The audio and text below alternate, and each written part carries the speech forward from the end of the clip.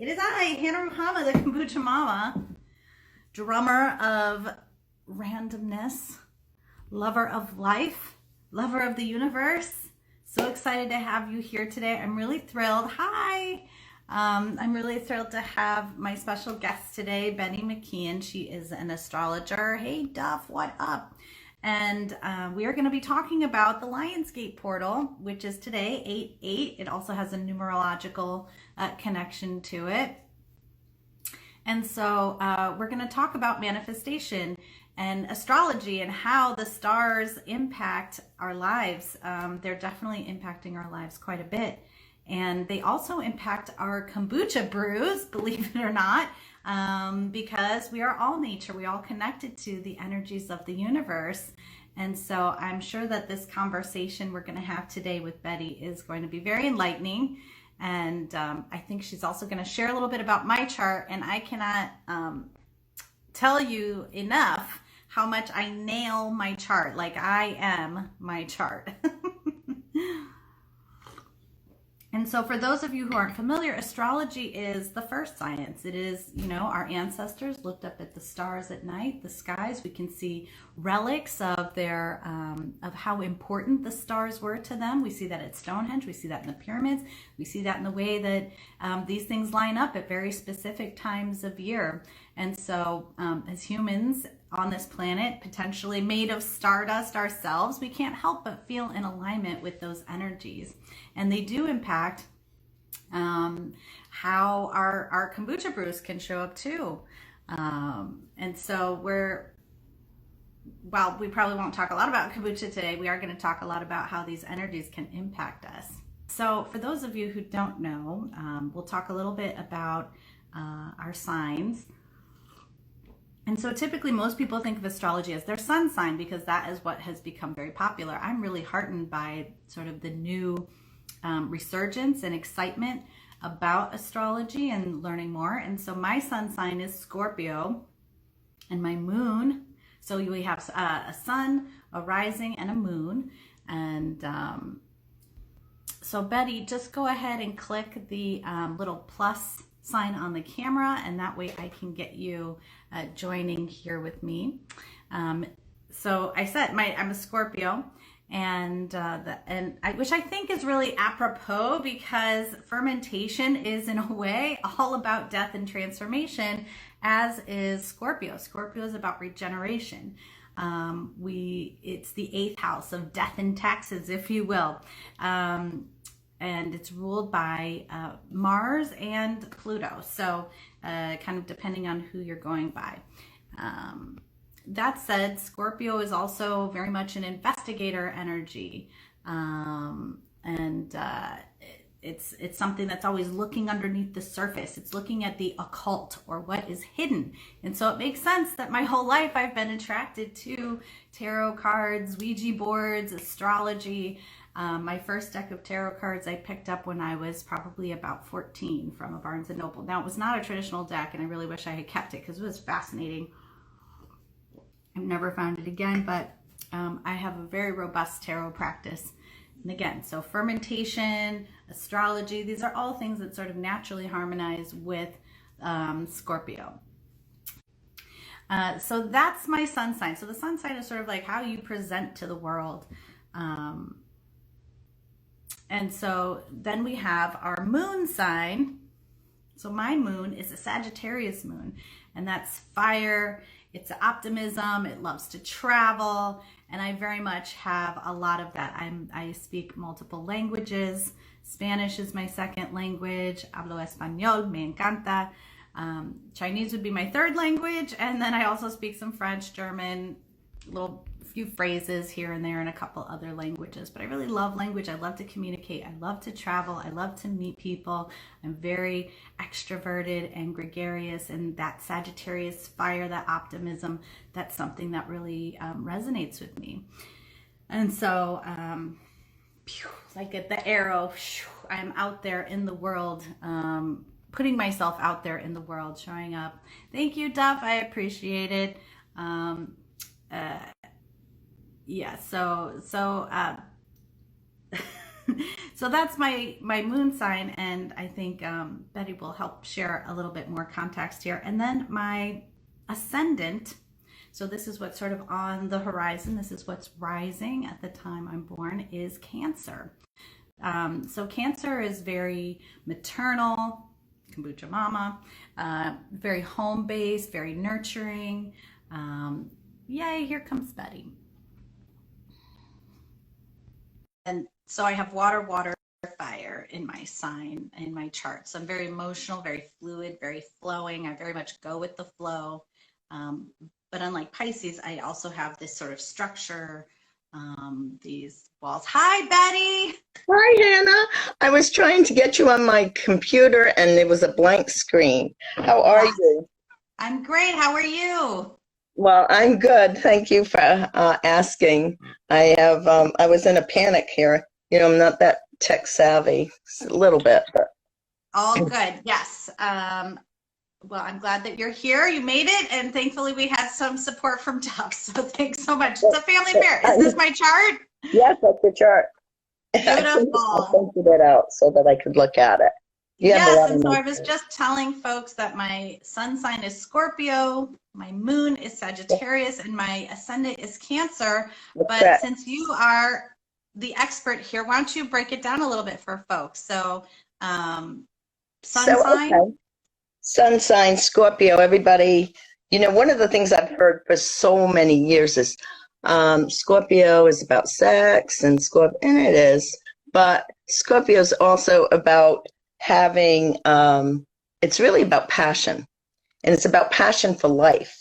And so and it's the healer of the zodiac. People don't realize that because it's energy, and it's powerful energy. So it can be used for almost anything. But I love Scorpions because they have this ability to transform. And one of the things that most people don't realize about astrology is that everyone has every single sign in their chart somewhere. Some might be stronger than the others. So when I hear people say, oh, I dislike Scorpios so much, I think, oh, it's sad, because they're really projecting a dislike for that part of themselves. So for me, I love Scorpions. If it weren't for that, we'd never transform into butterflies. So it's fabulous. It is. Well, and the butterfly is the Kombucha Kamp logo. And so I think this energy of transformation has just inherently been part of who I am. And I really feel like fermentation is very much a scorpionic type of activity, because we're healing, we're breaking things down and transforming them. And that's Scorpio 100%. It's you'll see little scorpion children, and they're the ones that take their toys apart. And sometimes they know how to put them back together, and sometimes they don't. But there's a curiosity. So you see, there's a couple of signs, like one of the signs that asks why all the time. They really should be news reporters, is Sagittarius. And you have the moon there. So it's kind of interesting because it's the ability to ask questions. And it's the teacher as well. And people who have a strong Sagittarius energy tend to be really good with languages, for instance, because it rules foreign people, foreign cultures. That's you. That's you. How many languages do you speak? Yeah, so Spanish, I have 2 degrees. One is in Spanish and the other's in Mandarin Chinese. And I also love French and speak a variety of phrases in other languages. So I love communicating with people. So you're not wrong. And I was a tutor, so I would teach people language. So, and again, of course, I teach people how to brew kombucha. So it all sort of fits in. Exactly. And the other thing about Sagittarians is that they're really, really intelligent people. But they also have this great love for nature and this and for the environment. So they like to go hiking, and that's just across the board. I mean, there's other factors, obviously, but that's one of the things. And your moon is in Sag, so and you're a pure Sag with that. So, you know, this is how you nurture yourself. The moon is how we nurture ourselves, and the sun sign is where we go to get energy.